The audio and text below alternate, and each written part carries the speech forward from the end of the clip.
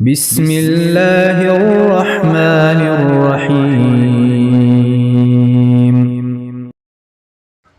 یحییٰ بن سلیم نے بیان کیا، ان سے اسماعیل بن امیہ نے، ان سے سعید بن ابی سعید نے، اور ان سے ابو ہریرہ رضی اللہ عنہ نے کہ نبی کریم صلی اللہ علیہ وسلم نے بتلایا کہ اللہ تعالیٰ کا فرمان ہے کہ 3 قسم کے لوگ ایسے ہیں کہ جن کا قیامت میں خود مدعی بنوں گا۔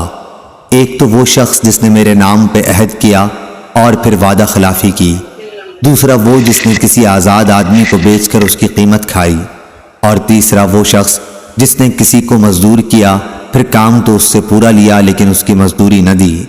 صحیح بخاری حدیث نمبر 2270۔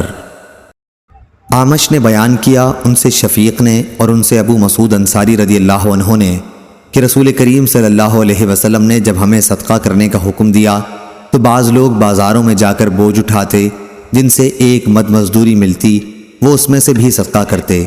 آج ان میں سے کسی کے پاس لاکھ درہم یا دینار موجود ہیں۔ شفیق نے کہا، ہمارا خیال ہے کہ ابو مسعود رضی اللہ عنہ نے کسی سے اپنے ہی تئیں مراد لیا تھا۔ صحیح بخاری حدیث نمبر 2273۔